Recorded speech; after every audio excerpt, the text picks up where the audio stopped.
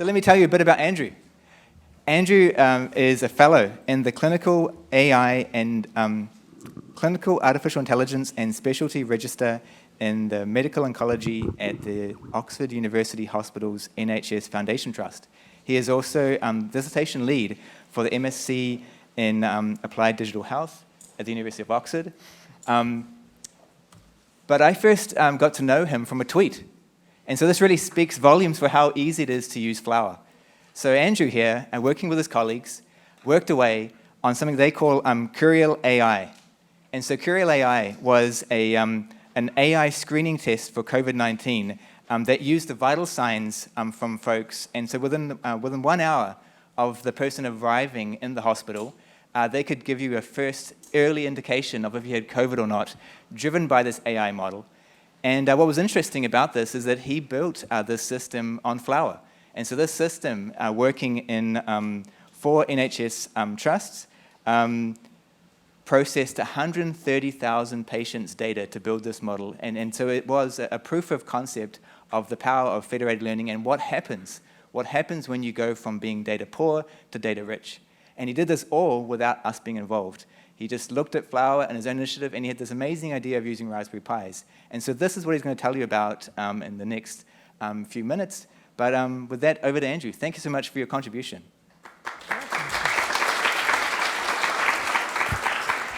All right, thank you. And thank you, Nick, and thank you, Dan, for having me. My name's Andrew. I work as a medical oncology trainee at Oxford University Hospitals Foundation Trust and a researcher at the nearby university. And I love Flower. And what I'd like to do today is tell you a little bit about some work we've been doing over the past few years, including using a piece around federated learning using Flower back in 2022. And I'm delighted to see all of the new shiny features today and actually what's come a really long way since. And perhaps talk a little bit about future plans and future ideas in the research field. And so when thinking about how to approach the question of effective and clinically safe AI, typically we've got the problem of data siloing, cross-organizational data siloing, where data is held in multiple hospitals, and despite us having a nationalized health service in the UK, the hospitals typically will have no sharing of information between them that's electronic. There are some limited systems, but on the whole, data is held within silos. But to develop models, the AI researchers typically will be in a university, which is a separate organization, to the hospitals, or in a company, or you may wish to work with data from multiple countries. And traditionally, what would have been done is to apply for an ethical approval to move the data to a university or move the data to a hospital. You'd clean it, you'd develop your models, and then you'd go on to validate it and roll it out. And of course, as to preach to the converted, there are problems with that, both in privacy, but also in logistics and in entrustment. And the federated learning paradigm really helps tackle some of these issues, where the data never leaves the hospital and instead we move the compute to the data. Now, there has been some work around that in the past in the literature, most notably Diane et al. In Nature Medicine was one of the very first pieces to actually, in the real world, build and implement an AI model using federated learning, and that was done with the support of NVIDIA. And when I first prepared these slides, they had a valuation just under 2 trillion, and I realized on the train down today that's gone up by more than the NHS budget in the last couple of weeks. And they, to do the study, will have had considerable resource for them to be able to develop these models and implement them. That includes providing technical support to the individual hospitals involved. And the difficulty with that is it doesn't scale readily if you're dependent on providing technical support to hospitals. And we really wanted to make something that was very easy to use, and we were helped by a very easy to use framework so that we can then use this in the NHS and the real-world healthcare setting in the UK as a proof of concept. And there's been some other work from Intel and colleagues as well, trying to do some medical imaging work with the OpenFL library. Now, to give you a little bit of background, at the start of 2020, when COVID came along to our emergency department, we were faced with the issue of it taking initially up to 3 days to get a COVID PCR test result. And at the time, the cost was around £200, although the turnaround time and cost have come down dramatically. And typically, when a patient came to hospital, as almost a standard package, everyone would get blood tests and vital signs collected, and then they would have a PCR test done that would take some time to come back. And we set out in 2020 to see, can we build a model using that tabular data that will give you a COVID prediction even sooner, so that you can have your hospital running smoother, reduce the amount of swabbing and reduce costs. And we initially developed it at Oxford's John Radcliffe Hospital's data, the greatest hospital on earth. But the difficulty with working with data from just one centre like Oxford is that Oxford's population has a certain demographic characteristic and actually biases towards a slightly healthier population that's slightly older and towards a certain demographic, which is, we showed in our data that over 80% of people coming to our emergency department were of a white background. And if we wanted to make models that were fairer, we needed more diverse data, and to do that we needed to collaborate and to reach out to other hospital trusts, in this case Bedford, Birmingham and Portsmouth. And we went on to build a test using XGBoost initially, and we did a pilot deployment of that test in a research setting at the John Radcliffe Hospital and showed that actually we can give you a COVID screening result within 45 minutes using point of care results. Now, the difficulty about all of this is that to achieve that, we had to move the data, and we had to put the data all in Oxford. And that's got limited scalability, it's got privacy considerations that need to be taken into account, which in the context of a pandemic were something that we could discuss. But outside of the context of a pandemic and looking more broadly, of course, the gold standard would be to leave the data where it is. And so we set out to build a platform to repeat that work, but repeat it without moving the data. And we developed a pipeline that was based off of the 2022 edition of Flower and implemented it on Raspberry Pi devices with on Ubuntu desktop so that it was really easy for hospitals to use. And we shipped out these pre-configured Raspberry Pis to hospitals, asked the hospital to plug in a monitor, a keyboard and a mouse, and then you'd log in and you'd be met with the Ubuntu desktop and then an application on the desktop that would kind of walk you through it. And it was designed to be really straightforward, so hospitals only had to upload the data with a USB stick on their premises, and the data would remain on these devices. And we went on to this was our federated setup. So we did, first of all, federated training and then went on to federated evaluation. And for training, we used data from the first pandemic wave in the UK, and evaluation was done using the second pandemic wave in the UK. And we also did an element of site personalization, which I'll talk about if we have a bit of time. And for our data, we had two sites that were both training and evaluating. We had one site that was training only, that was Birmingham's hospitals, and we had one site that was a fully held out hospital used as a completely separate evaluation set. So we did an evaluation on the second wave data from Bedford, Bedford's hospitals, as our evaluation set, as well as the second wave of all other sites. And we went on to show these are ROC curves where the blue line is a locally trained model using just one site's data, and the orange line, which I think appears red on the screen, is the federated global model and how that performed at the sites. And as you can see, we get a considerable improvement in the performance of the model on federating it. On average, for the deep neural net that we used, a mean increase in area under curve of 27.6%, and for the logistic regression, slightly smaller but still important mean area under curve of 14%. And the reason that this is particularly important is that populations such as those in Birmingham and in Bedford had more diversity than ours in Oxford, and therefore we hope would bring more fairness to the model, although we didn't formally evaluate that. And these are curves showing how model performance improves over time as we do more and more rounds of federated learning. And what you can see is that you get initially a very large improvement with the first few rounds of federation, and then it begins to plateau or reach a steady state, both for logistic regression models and for deep neural network models.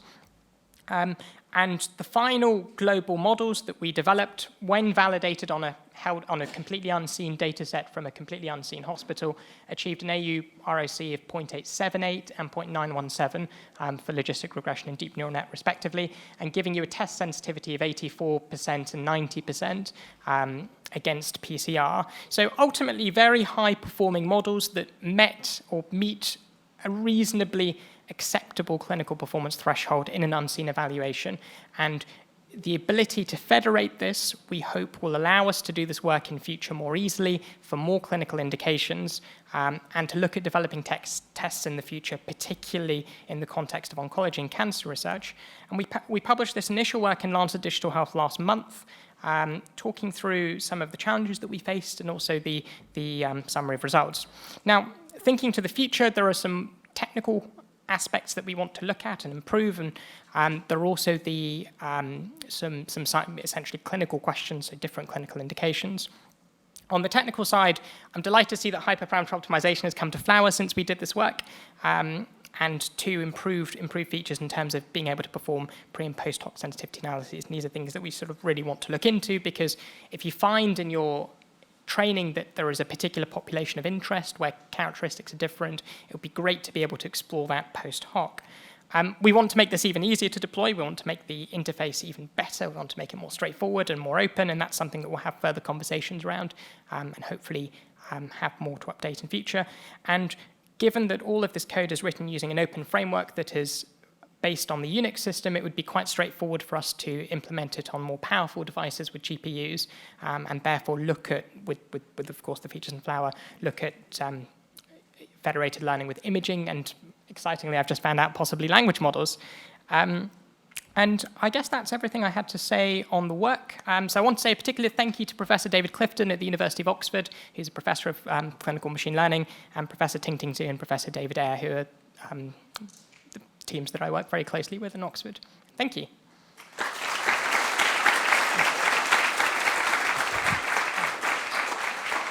So let's ask Andrew a few questions. Who in the room wants to ask a question? Yeah, we have this guy right here. Pan is going to bring you the microphone. Hold on one sec. Out of curiosity, and of course if you can answer, what kind of data did you use to train them, the models? So this is tabular data, so it's your vital signs, which are essentially numerical parameters, and then routinely collected blood tests, the kind of the technical tests, so your full blood count, urea and electrolytes, liver function, and inflammatory markers. And we picked those because actually they're very standardized. So every patient coming through the door, or near enough every patient, will have those collected. And so you've got good data before the pandemic and after the pandemic, so you can develop a very neat classifier.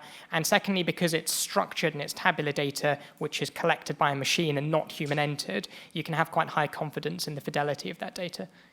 Yeah, so numerical data, so it should be quite fast, right? Yes. Okay. Yeah. Yes. So even with even using a relatively low power device, the training I think took a total of 3 hours across all of the sites, which is something that's fine.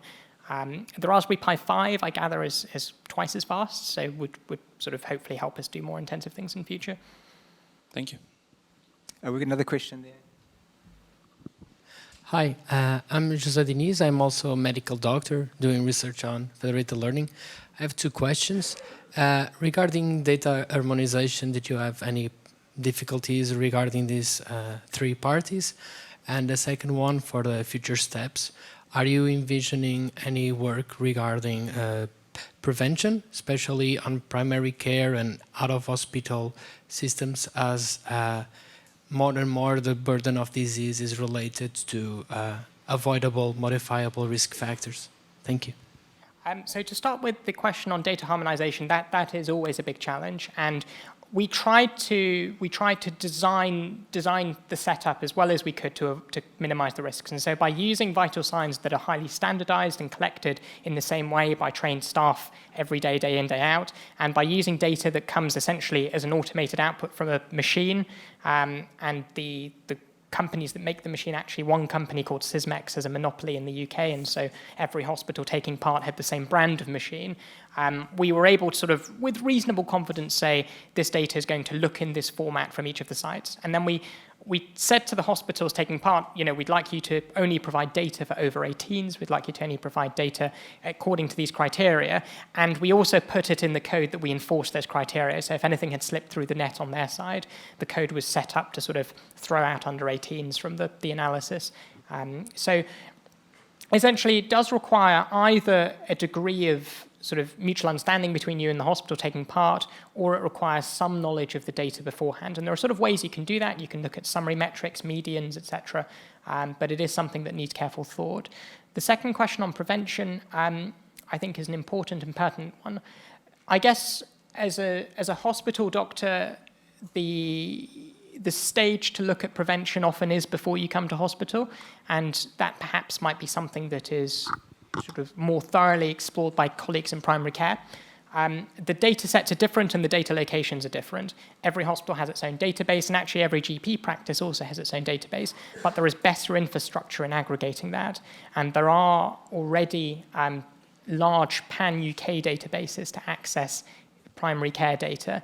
So that could be, in that setting, the value add of federated learning is perhaps a little bit different. It might be aggregating primary and secondary care data rather than necessarily to try and access data in several general practices where each practice will only have a few thousand patients. I think Charles has a question from Slack. Yes, there are a few. One of them is whether or not privacy-preserving methods were used during the experiment, and if not, was it okay to risk leaking this data? So on privacy preservation, I think we took what we call in medicine the Swiss cheese model, where you look at applying multiple different techniques on top of each other, so that if any individual technique fails, you'll still be all right. And so, for example, all data pre-analysis was redacted by the hospital before being put onto the Raspberry Pis. We didn't handle any identifiers with federated learning, so we only used your vital signs and blood tests, which, if leaked, are relatively meaningless anyway. We used SSL encryption, which is built into Flower. And so ultimately the models as well we were using had relatively few parameters. They were quite simple 3-layer deep neural nets and not, for example, a 1 million parameter adapter or a language model. And because the size of the data was so much greater than the number of parameters you have, again, the risk for leakage is lower. So we hoped that by using a combination of different techniques to mitigate risk and ultimately data that isn't particularly sort of sensitive, that we could get around that. Thank you. And another one is about the hardware limitations of the Raspberry Pis, if you can maybe elaborate on what kind of Yes. So for this tabular data task, the Raspberry Pi was more than adequate to do that job. Now, the hardware has to match the task. The reason we use the Raspberry Pi is because you can pull the SD card out from the bottom at the end of it and physically destroy it, which for hospitals gives you a bit of confidence that your data is secure when you've finished. It's also very cheap, and so we could give them to the hospitals and not want it back or not require it back.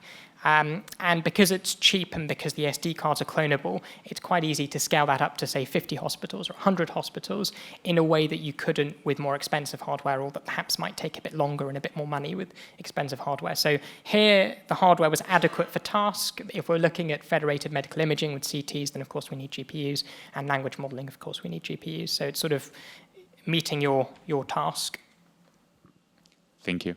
Okay, so let's thank Andrew again. Thanks very much, Andrew.